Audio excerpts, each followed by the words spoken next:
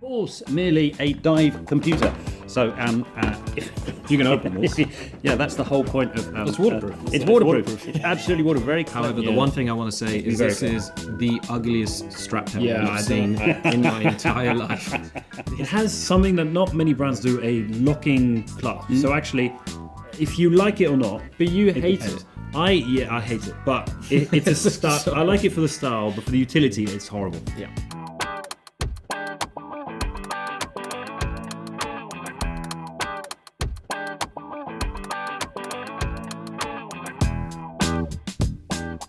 Welcome to another fabulous episode of Touch My Clock. Today we're going to be talking about what is better than a sub. But before we do that, guys, wrist check. Eliot, what's on your wrist? First of all, can we acknowledge that Max is in a diving suit? It is indeed. Look at that. There it is. Commitment to the cause. Absolutely fabulous. I'm quite funny. All right, Max, would you like to start off with the wrist check? What are you wearing today? Yeah, absolutely. So I wanted to be in theme today, so I'm borrowing Jason's neoprene diving jacket, and this was the watch I'm wearing with it. Now, this I would argue is also technically Jason's watch, or this was the watch that I received when I turned 18.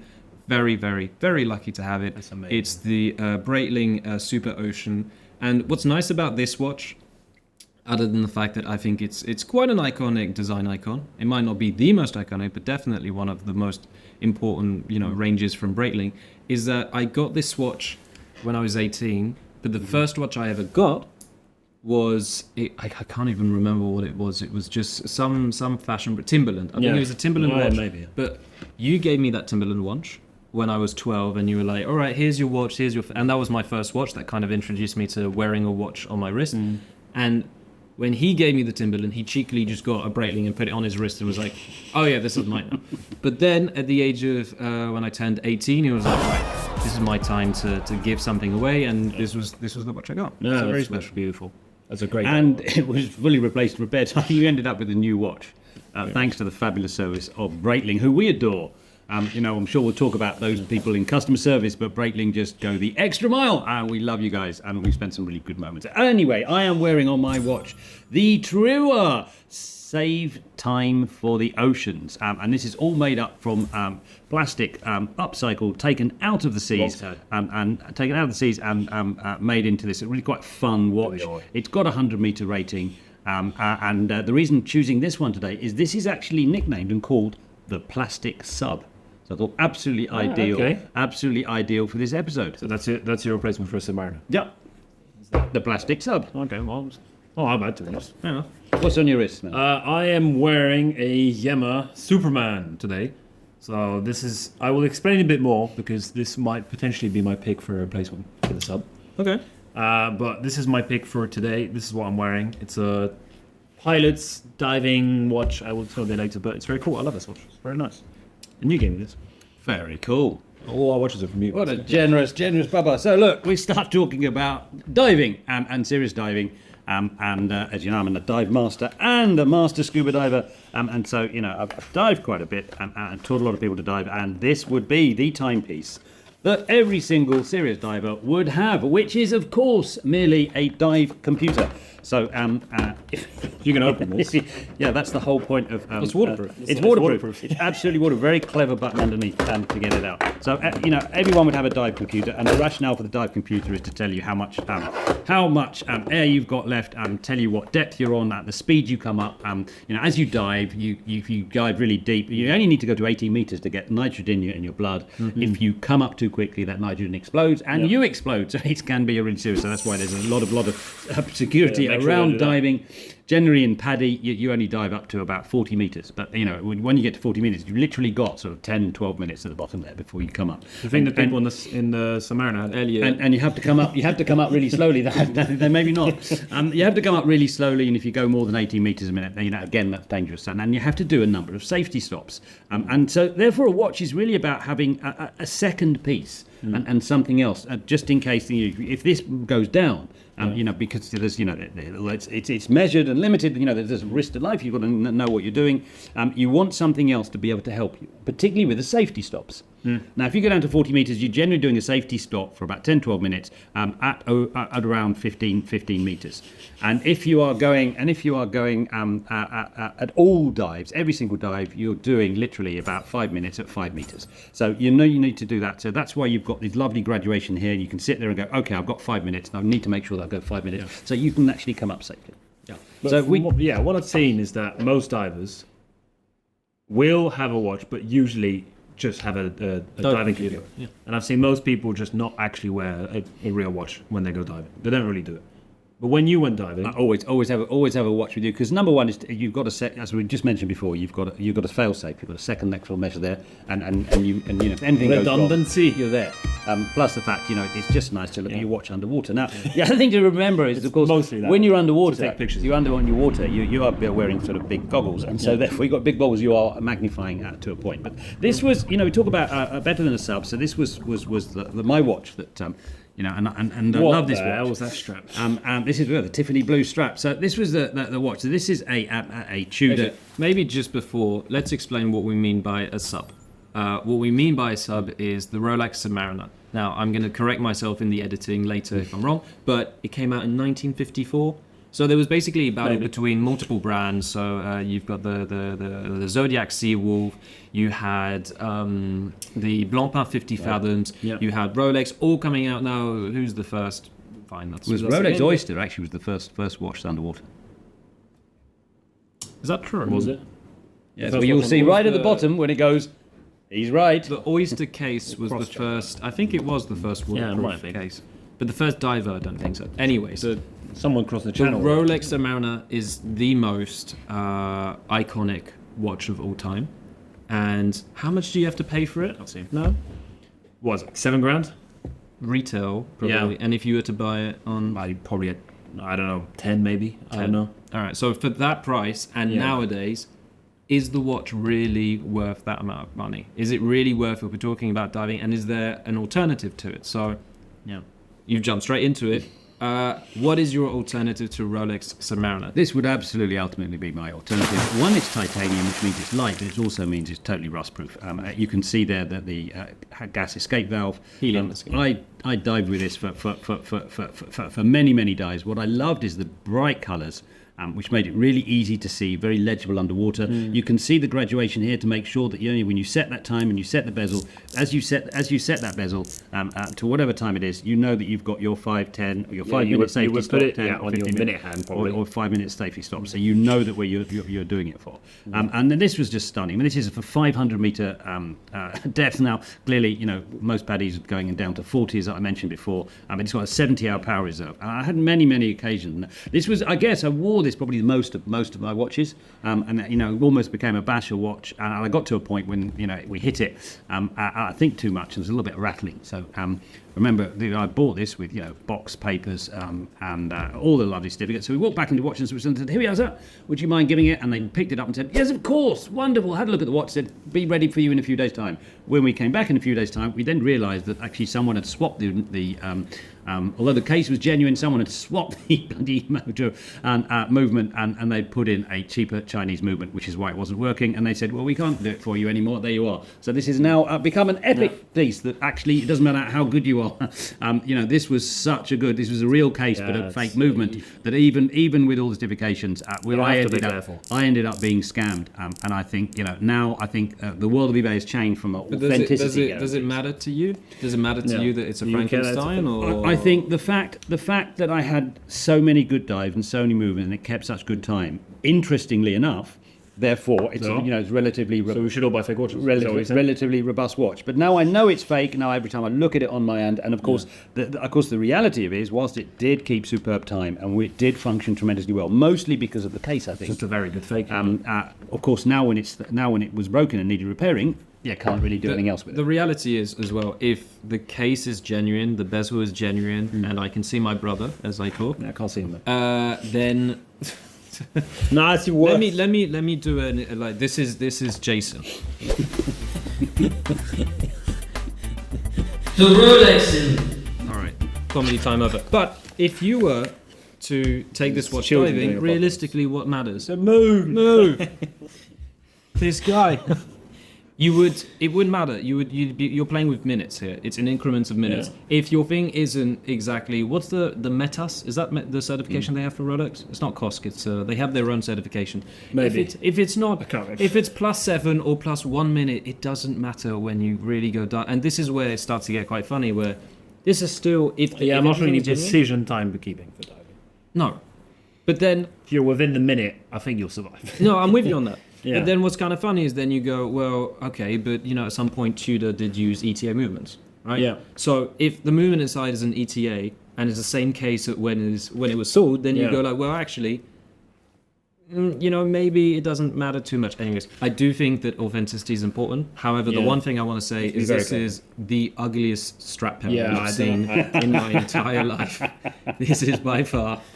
I think Lange on Well, NATO on Instagram will be proud of you. Yeah. So look, so if you're going to pull out some dive watches, the classic dive watches that are that you would have, now there'll be a couple of watches that I would have that I would personally I would rate above the sub. The first this one, is your pick. the first this one I just love He this has one. more than one pick. Remember in-house movement and they're just a In-house in China, In-house in China. done properly. But that's a stunning side base, so I would absolutely have that one. Just make sure it's a real one. The other one I think is just for me is an icon is Blancpain, which is the old history of Jacques That's Cousteau. another 10 grand, isn't it? But equivalent to a sub. Blancpain to me has a lot more style and a lot more authenticity and just a much cooler watch. Or a Doxa, which again the Jacques Cousteau and the Doxa would be for me, and a really good. Okay, but how about So what do you think, guys? What would be your We dream can talk after dive 12 watches? minutes. Good. There you go. It's hard to. No, so if we're just going to pick one, if you were to recommend someone, which is the one watch you would recommend to replace the £10,000 Rolex? Is it the That's Tudor? your pick. Just so we know what the fight is. And you can I- get these I- for what? 2 grand, 3 grand? I absolutely adore this watch, but I would probably, if I was going to look for an equivalent, I'd have the Blancpain. Really? Like Blancpain your 50 equivalent. Blancpain 50 fathoms. It's not much of a cheap Elliot, alternative, what's your alternative? Well, And then, my alternative is the watch I'm wearing. So this is as I showed before, is the Yamaha Superman. So these were made before as diving watches. So they go 300 meters of water resistance, which is more than you need. And for most people, I think we've explained in another episode about the depth rating and stuff. But you want at least 200 meters if you're going diving. Yeah. So this was made before as a diving watch. It has 300 meters of water resistance. It has something that not many brands do, a locking clasp. So actually, if you like it or not, but you hate depends. it. I hate it, but it's a style. I like it for the style, but for the utility, it's horrible. Yeah. So basically, you need to unlock the crown to be able to start moving the bezel, which is kind of annoying. But the whole point is, all brands make their own mechanisms, Locking mechanisms, so it doesn't go. So, for example, on most diving watches, they're unidirectional, so they can't see. I cannot turn it to the right, so you can't accidentally add yourself time to diving. So you can only go one way. Yep. Here, what they thought they would do is just lock the bezel. So that way you can move it. So you would, on the boat with dry conditions, you would unlock it, set your time of when you jump in the water, and then relock it. Which, if you like it or not, I don't know. But this was then the French Air Force decided that this would be the watch that they would give to their pilots, because there's a lot of water in the air, clearly. So yeah, that's why you can see it on the crown. Maybe you can see it. So a There's diving Air Force. pedigree is your favourite dive watch? A flying pedigree? Yeah. Is This your is favourite cool. dive watch? I mean, me being a pilot. Surely, if you're a pilot and then you're suddenly diving, something's There's a problem. seriously wrong. Help! Ask the French why they chose this to be a. Ah, well, that makes complete sense. Yeah, That is That actually makes complete But sense. I really like it because it's, relation to pilots, because for me, and it's diving. And this is quite cheap. You can get these for what? Under grand? Oh, if it's pre-owned, you can Yeah. get. I got mine for I think the 500 mark. Exactly. And it's So far better than. I think most. as an alternative, that's very good. You get 300 meters. It's got style. It can come on metal or on this. Does that have in-house or is it a? Yeah, it's in-house. in-house, French yeah. movement. Yeah, there you go. No, that's another point. France. at the French bottom. people, you guys are good because they're making whether it's Bikini, whether it's Yema, they're Yeah. really putting the Very effort good. to make watches with their own movements. And this is a message that We're all waiting British for the UK. manufacturers- Come on, we can do this. We have no excuse. We have no excuse Yeah, as British we have people. enough British watchmakers to do something good. And talking about innovation, this is where I think I'm going to destroy the field. And I destroy the field with a very simple point. Why was the Rolex Submariner so important when it came out? It's because it could do something that watches 3 years, 4 years, 5 years before it couldn't do. Yeah. Right? It's the innovation, right? The innovation is the part that's interesting. Rolex are innovators. Now, ultimately, Or they were. this is the best watch. If you were to give someone in the 1950s a watch for diving, you'd give them this. Yeah. You'd give it, done. Here you go, done. But if you're going to get something mechanical, I'm being serious here, so I'm taking my hood off. This is my choice. And this is the Oris depth gauge. Now it uses a principle called the Boyle-Marriott law system, which I did not research. You know that by heart, don't you? Yes. But essentially what it does is, you've got a little hole at the top of this. It's able to let in a little bit of water, It's very cool. which through the pressure of it, it will tell you what depth you're in. That's fabulous. It's quite cool. That is absolutely awesome. Something mechanical to tell you your depth is pretty amazing. And I know they do another one as an altimeter. So you can take it into the air. I mean, if you're in an airline plane, you don't really need it. But if you're flying small aircraft, you can have it. And it will tell you your altitude with the pressure of the air. And this is the same with water, which is very cool. That's a unique adventure. It's very the thing about Oris for me is that they came out with a range called the Baby Diver, and they were gorgeous, absolutely gorgeous. They had a candy green, a Tiffany blue, and had a lovely range of something else. Literally sort of cute dive watches. Class. And had a depth rating of 100 meters, which of course you Yeah, can't it's- really yeah, dive with no, it. on some of the Orises are not even So close to that. kind of the authenticity goes, but they really bring it back with this, and that's absolutely That's a great superb, pick, and that's so useful Yeah.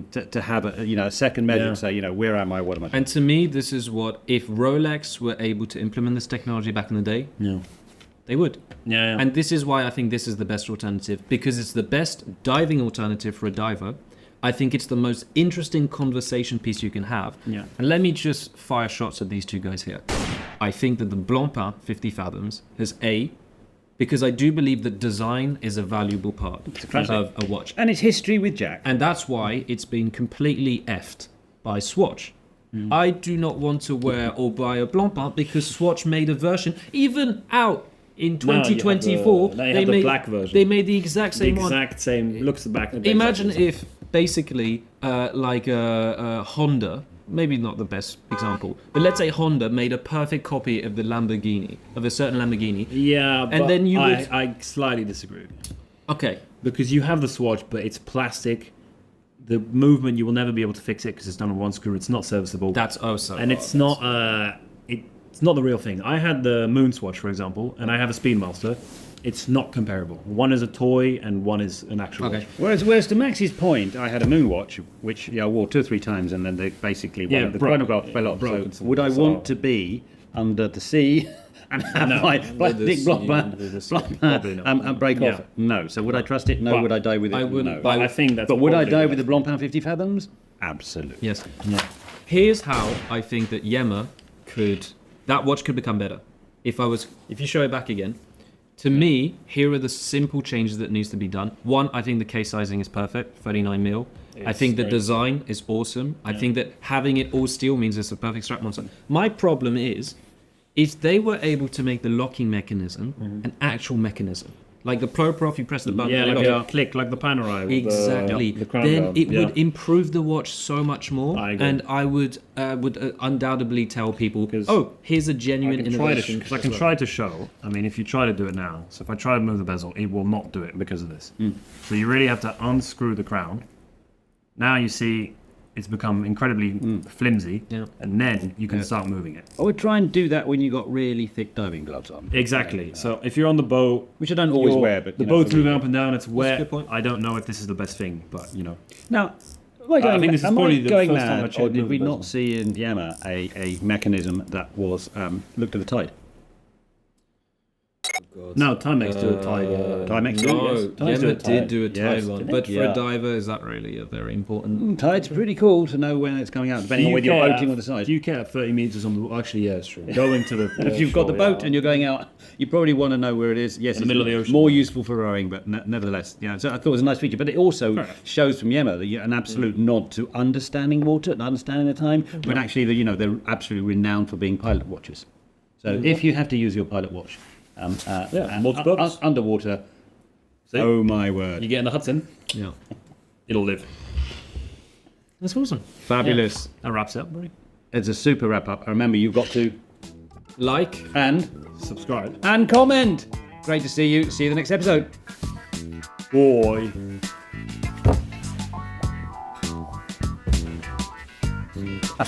Nuts. Stay, you can stay there.